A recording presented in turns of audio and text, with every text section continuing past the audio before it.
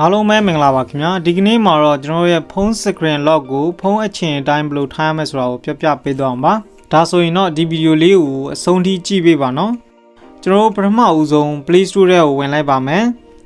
Play Store ထဲမှာကျွန်တော် screen lock time password ဆိုတာကိုကျွန်တော်ရိုက်ရှာလိုက်ပါမယ်နော်ရိုက်ရှာပြီးတော့ဒါလေးကိုနှိပ်လိုက်မယ်နှိပ်ပြီးရင်ဒီနားမှာscreen lock ဆိုတဲ့ application တစ်ခုကြာလာလိမ့်မယ်ဒီပုံစံအတိုင်းပေါ့နော်ပြီးရင်အဲ့ဒါလေးကိုကျွန်တော် install ရင်တင်ပါမယ်ကျွန်တော် install ပြီးသွားပြီဆိုရင်ဒီမှာ open ဆိုတာကိုနှိပ်လိုက်ပါမယ်နော်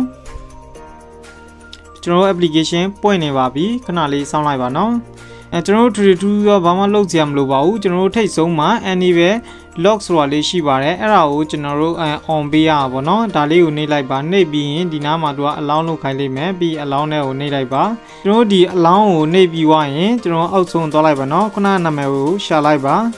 မှာ screen lock time password ဆိုတာလေးကိုရှာလိုက်ပါရှာပြီးနှိပ်လိုက်ပါနော်နှိပ်ပြီးဒီနေ့မှာ allow လုပ်ပြီးအောင်ပါ allow လုပ်ပြီးသွားရင်ခုနလို back ပြန်ဆုပ်လိုက်ပါ back ဆုပ်ပြီးသွားရင်ဒီနေ့မှာခဏပြန်ပြီးတော့ on လေးကိုနှိပ်လိုက်မယ်နှိပ်ပြီးရဲ့ခါကျတော့ဒီမှာ allow all the time ဆိုတာလေးရှိရဲအဲ့ဒါကိုနှိပ်လိုက်ပါမယ်ပြီးဒီနေရာမှာကျွန်တော်တို့ဒီ recovery answer နှိပ်ခိုင်းလိုက်မယ်အဲ့ဒီထဲမှာကျွန်တော်ကြိုက်လို့ရေးလို့ရပါတယ်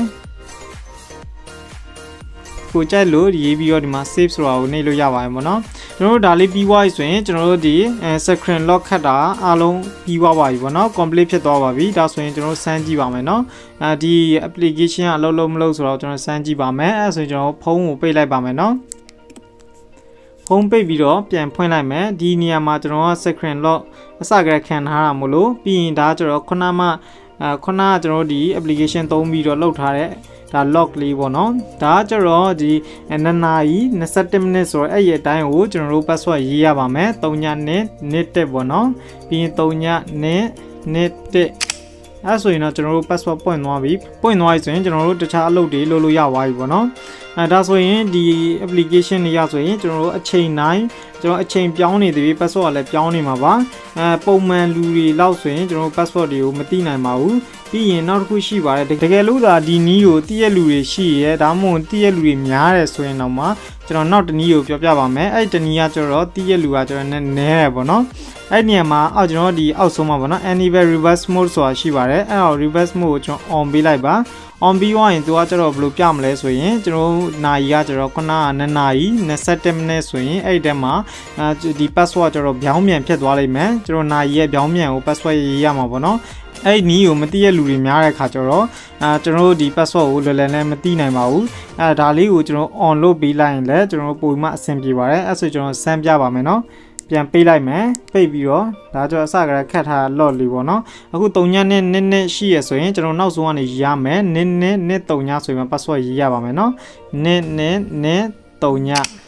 တကယ်လို့ဒါအဲ့ဒီနီးကိုတီးပြီးတော့ reverse mode ကိုမတီးရလူရဲ့ကိုယ့်ဖုန်း password ကိုဖွင့်မယ်ဆိုရင်လည်းသူကမတီးနိုင်ပါဘူးအဲ့ဆိုရင်ကျွန်တော်ထပ်ပြီးတော့စမ်းကြည့်ပါမယ်နော်